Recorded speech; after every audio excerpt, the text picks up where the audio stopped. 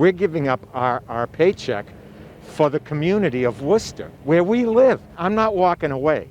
Tenant will walk away. In the end of it, they walk away. Those CEOs, CFOs, COOs, they won't be here in 3 years. But we, the people, St. Vincent's nurses, we are here. We are part of your community. We're not leaving. They need to go.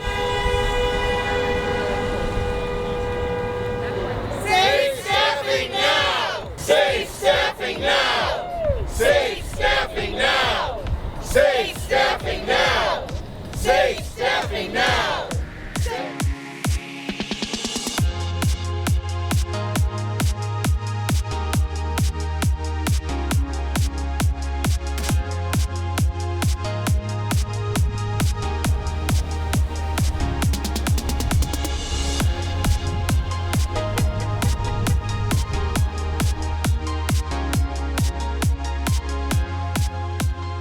Hello everybody, I'm Mike Cornell, founder of Boston Making a Difference, here with another episode of BMAD Spotlight. This is our first ever on-site. We're here today at St. Vincent's Hospital in Worcester, where the nurses are on strike. If you remember back earlier in the pandemic, we interviewed some nurses, one of them Beckett Argat from St. Vincent's. And they're now on strike because of the lack of support from hospital administration in keeping them safe. And they've gone on strike, and we're here to find out what their story is and see how we can support them in their efforts to get a safer workplace.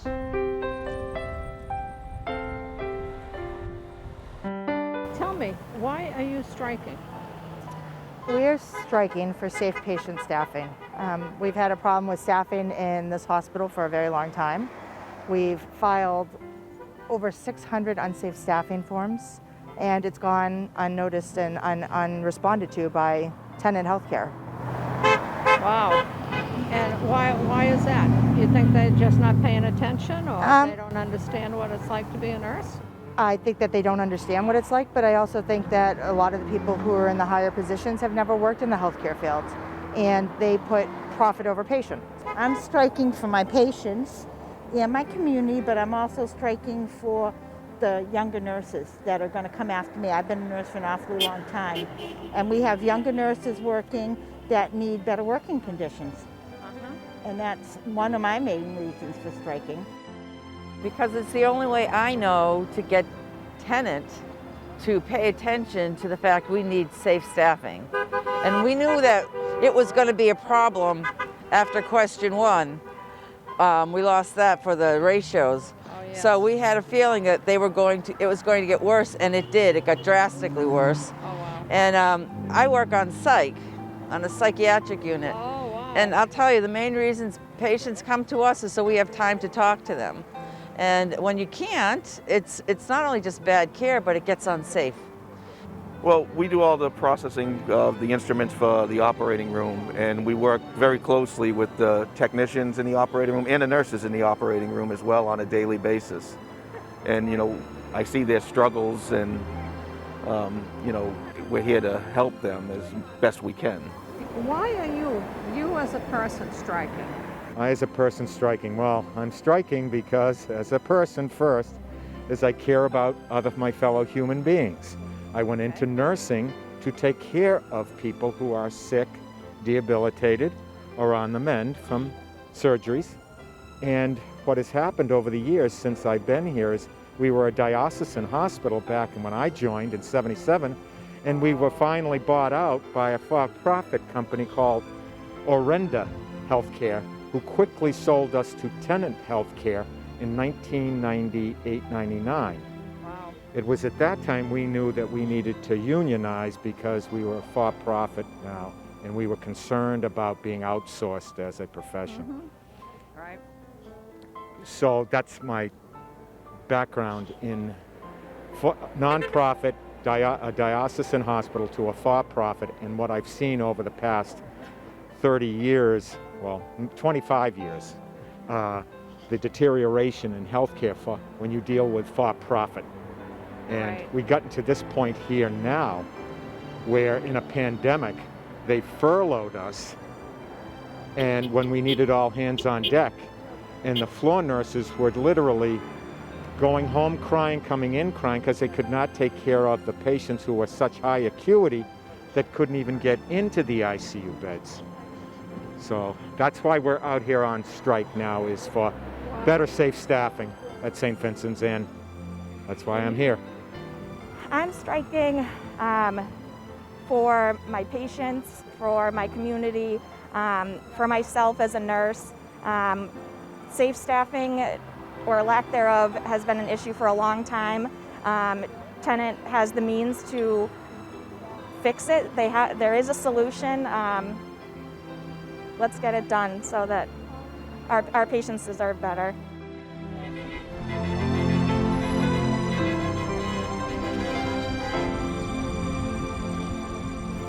Not only is it unsafe for your patient, you could lose your license Absolutely. at any given moment. Absolutely. We spend too much time and money to get our license. And to keep our license up to date, and to Right. keep ourselves educated as to the latest, because medicine is a practice. I always joke around, we practice medicine because it's always evolving. We're always learning something new. There's always a new medication. There's always a new diagnosis. You know, we're still finding things out. And that's the beauty of healthcare. that is the beauty of healthcare, is that our minds are always stimulated, but at the same time, we have to have the people at the bedside who have those skills, who have that knowledge to take care of your family, to take care of our family, to take care of our community. And this is our community. This is a community hospital. So the working conditions involve what? Well, working conditions involve nurses taking care of too many patients and not having enough ancillary help to help them. About 20 years ago, when we first went on strike, we had patient ratios that we put in our contract. But in 20 years, a lot of things have changed. You know, medicine has changed. Patients are much sicker. I mean, I'm not even talking about the COVID, you know, the pandemic. In general, patients are much sicker.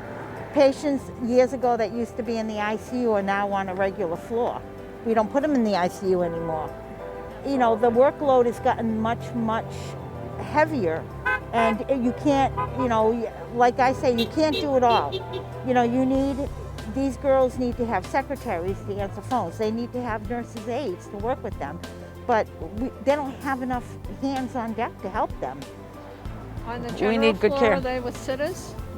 Sometimes, but not always. Wow. And I don't know what they're doing with the sitter situation. I know they're always trying to decrease staff. So that's a big problem. And I know that they even say that instead of sitters, they're going to make the current staff that are there cover all the one-to-ones and things, so that there's even less staff available for the other patients. Name or tenant CEO. Yeah, Carolyn Jackson. I mean, she's been very divisive throughout this whole process. You know, she's pitting workers against nurses. She's trying to pit the community against nurses, even other unions against the nurses. And, you know, and it's divisive, and you'll never be able to come to a happy medium with that divisiveness. I just feel that what they're trying to do here is, Tenant is trying to turn the tables back on us. They tried to say that we're bullying. No, we're not bullying. They were bullying us as staff nurses to hurry up, take care of these patients / widgets. That's what the CEO called patients a year and a half ago. Wow. And no, we are not manufacturing where she came from originally. We take care of human beings, and every human being is different.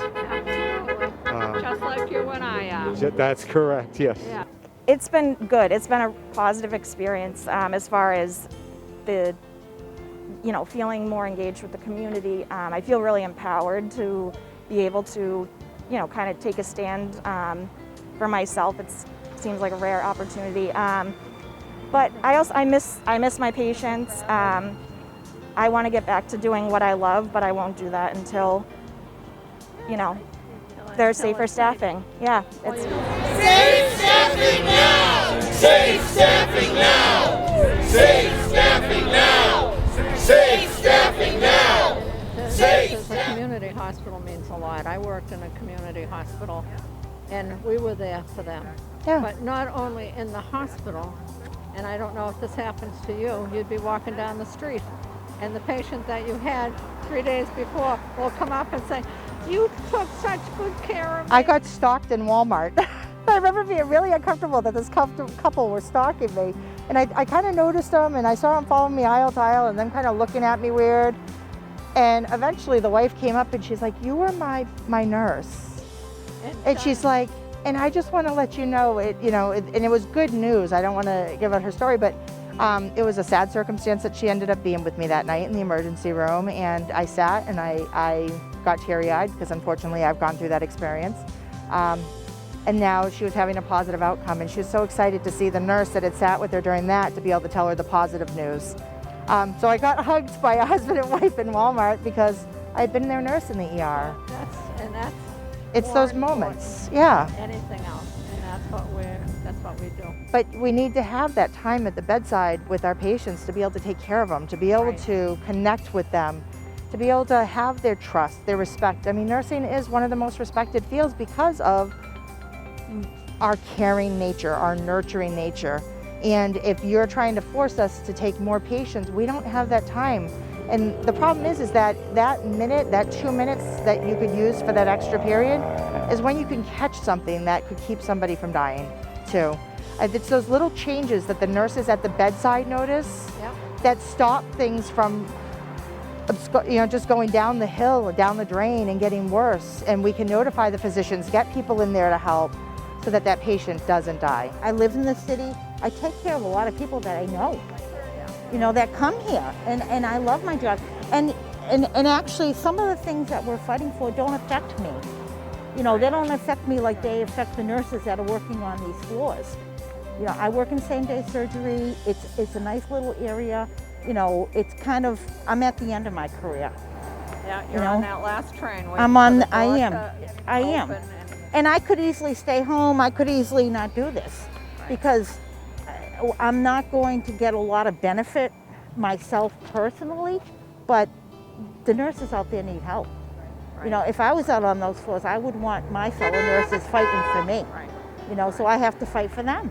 I've been a nurse since 1978, so I've done other things, but yeah, I've been doing this a long time. And over the years, what I've seen since profit-driven hospitals and for-profit corporations are monopolizing the healthcare is that our patients are a way for them to make money.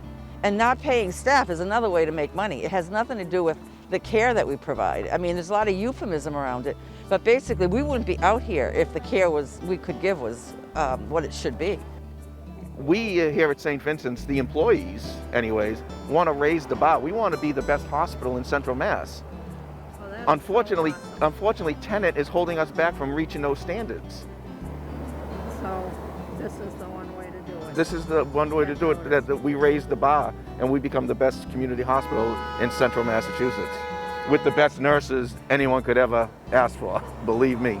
We're giving up our paycheck for the community of Worcester, where we live. My whole life has been here in Central Massachusetts, other than college in Maine. Wow. This is where my whole family has lived and it got educated. So, I'm not walking away. Tenet will walk away. In the end of it, they walk away. Those CEOs, CFOs, COOs, they won't be here in 3 years. But we, the people, St. Vincent's nurses, we are here. We are part of your community. We're not leaving. They need to go. Don't stop fighting. No, absolutely not. It's for the patients and it's for the nurses. Yeah, the longer I've been out here, the better I feel about my decision to be out here. What can the people do to support you? What can people watching? Oh, there's so much. So to support us, you can come by, you can honk, you can come stand with us on the sidewalk. You can call and write the CEO of Tenet Healthcare, which is Carolyn Jackson. You can write into your local newspapers supporting us, letters to the editor, and we're accepting donations. We have a strike fund, we have a diaper fund, we have a lot of moms, and we have a lot of single moms and moms that are out here putting everything on the line for patient safety, so that we can continue to support our kids. Because if patients aren't safe, that puts our licenses on the line, and we've worked very hard for those. So we have the strike fund also, and we have different funds set up at the office, and you can always call the M&A office.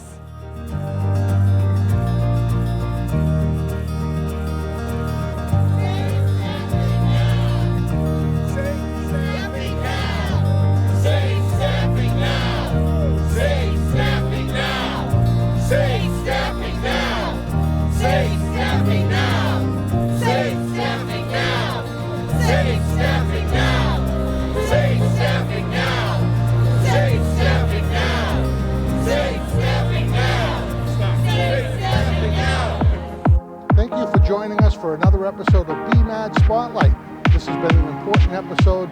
The nurses at St. Vincent's need your support. We look forward to seeing you on the next episode of BMAD Spotlight. Take care, everybody.